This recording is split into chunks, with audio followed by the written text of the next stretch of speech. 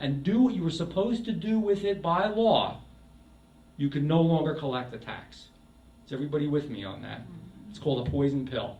In legislation that was established, we're not abiding by it. It's the law of the state of New Jersey, and we're not going to abide by it. They're still going to take the money. Now, I maintain, and I believe I'm right, and I looked into this, and so did our legislative team, that they're actually going to have to do a law to undo the previous law that established the fund. That's why when they want to establish a saltwater fishing license, which is a big thing right now, and charge for it, our legislative team said, no, let people throw their line in the water and you're not going to charge them for it, because guess what? The money's supposed to go for the science of fishing. We're going to use it for something else, because that's what we keep doing in New Jersey. We've got to stop doing that. We have to stop doing it. Young people are leaving this state. It's hard to make a living here. It's hard to buy a home here. It's hard to pay the taxes here, and we've got to do better. So I'm going to leave it with that. I can take one or two questions, and then Assemblyman Milam's going to take over. Yes? What's happening with the Beasley Point Bridge? Beasley's Point Bridge. Actually, it's an interesting issue. I don't know if you noticed, I'm getting gray hairs. Didn't happen before the Beasley's Point Bridge. Beasley's Point Bridge is going to be restored. Here's the good news. It is a toll bridge. It's always been a toll bridge. A couple things we said about the Beasley's Point Bridge before anything would happen. Number one, in the past, before we were legislators, $1 million was given to the private owners of that bridge to keep it open for 15 years. They took the $1 million, the bridge closed down. I said, and we said, before anything would happen, that $1 million had to be given back to the state of New Jersey. It has been, just so you know. They have given it. It is in the general fund. That is the only reason that this is moving on. And in fact, we did an audit, and I have to say, to their benefit, that the owners just misappropriated. They didn't know how much it was going to cost. They miscalculated, and they actually did put the money into the bridge. They didn't take it in salaries. They didn't misuse it. We actually ran a good state audit on it. They put the money back into the bridge, but we said, you know what, doesn't matter. You signed a contract. You said you were going to keep it open. We still want the $1 million back. They gave it back. Secondly, we said that basically the money, the revenues to repair this bridge has to come from the tolls. And you wouldn't think there'd be enough tolls on there. You wouldn't think there'd be enough use of the bridge, but there is, actually. Even if it's 50% of what it had been previously, there is, simply because the tolls have gone up on the parkway, and the tolls on the bridge will be the same price on this bridge as they are on the parkway. Thirdly, why do we need to do it? I give you a whole host of reasons. I'm going to tell you why, most importantly. First of all, we really need 2 new bridges. We need a twin span over the area. The Brig Bridge on the parkway, the Great Egg Bridge, has significant problems as well. They don't like to admit it, but it does. We need new bridges. That bridge has been closed down a couple times for days at a time, the big one. An evacuation. We are the 6th most vulnerable place in the United States of America. Other than Louisiana and South Florida, Cape May County is the 6th most vulnerable place in all of the country. We're a peninsula. We have water all around us. We are low, and we are very, God bless you, we are very, very vulnerable. What happens in an evacuation?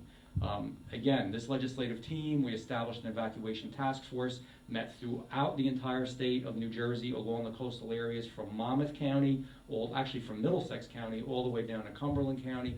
A lot of information. New Jersey's doing a lot better than Louisiana, not as good as we could. We get a B. We need to get an A. We need to work on that. But when it specifically came to looking at Beasley's Point and that whole area, what we needed to get people in and out, this is what happens. We know Beasley's Point's a low bridge. It's called a wet bridge, which means that in evacuation, it's only used for a certain period of time because it would be underwater. But when we're evacuating everybody out, we're going to be using a reverse lane strategy. Everybody will be going north and west. That's how everybody's going to go. Expressway, Garden State Parkway, 55, 47, we're all going out that way. It's only going to be one group of people coming in. You know who they are? Troops, National Guard, all the emergency vehicles, Office of Emergency Management. They're all coming in. You know how the plan is right now, how they come in? Because we can't block the people going out. They come in by Beasley's Point Bridge. That's what the plan is. But they can't come in that way. So we got a plan that doesn't work. So we better make it work, because we're going to have to be able to get out. And it takes a few days to get us all out, especially at the height of the season. One more question, anybody? I just have a suggestion. Yes. I don't know whether it's feasible, because I'm just John Q. Public, but with the assisted living, what bothers me most about nursing homes, and I think is the waiting station for the cemetery. That's what I think it is. Now, I know that it's sometimes that people must go there, but why don't you invest in home attendants, unionize them, give them a good salary, you know, have agencies, let the people stay in their homes, have a 24/7 service. I mean, it will cost less than the assisted living cost. She's exactly right. In fact, the ARP's done wonderful work on this. And Doug, what's that exact indignity? Give me the... The Independence, Dignity, and Choice in Long-Term Care Act was adopted in 2005, signed into law by Governor Corzine and co-sponsored by Senator Van Drew. It's a great bill and is gradually expanding home and community-based care services of the type that Minnie's referring to, but it is a gradual process. And it's probably too gradual, but it's heading in the right direction. Absolutely right. Real quick story, true story.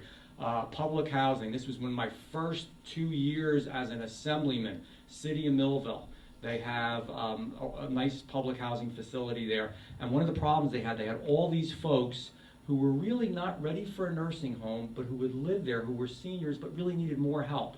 And because they needed more help, they were kind of creating some problems, truthfully, with the facility because it didn't have the ability to give them that help. They didn't have the staff, so they were being moved into nursing homes. It's more expensive, really not the care that they need yet, and really not good for them. Not, as many as you said, it's not healthy for them.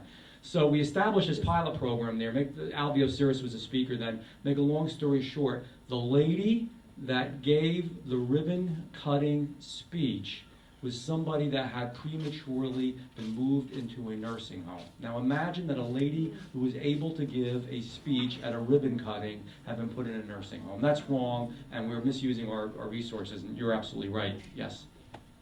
I'm beginning to understand a whole lot now. I see what's happened. They tack a lot of things onto a bill just to get it passed. A lot of those things they don't intend to do.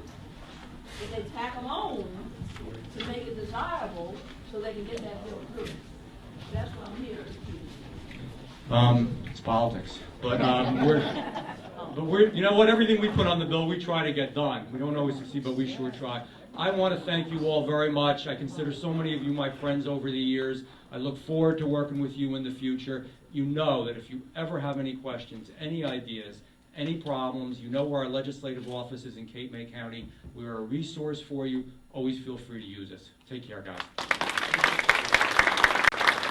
And I guess I'm going to introduce Assemblyman Albano. Who knows where he's on his way. He's trying. But our freshman assemblyman, who's been doing a wonderful job, and particularly has been trying to help with the business in New Jersey. Because let me tell you, if we don't have business, then we don't have tax revenues, and if we don't have tax revenues, we're not able to function in this state. So we need his help. He's been a successful businessman for a number of years, and he's been working so hard, and I'm so proud to consider him my colleague, Assemblyman Matthew Milam. Thank you, Senator. Good morning, everyone. Good morning. And I know the quicker I talk, the quicker everyone gets to eat, because I see these guys wheeling this food in, it actually looks pretty good to myself.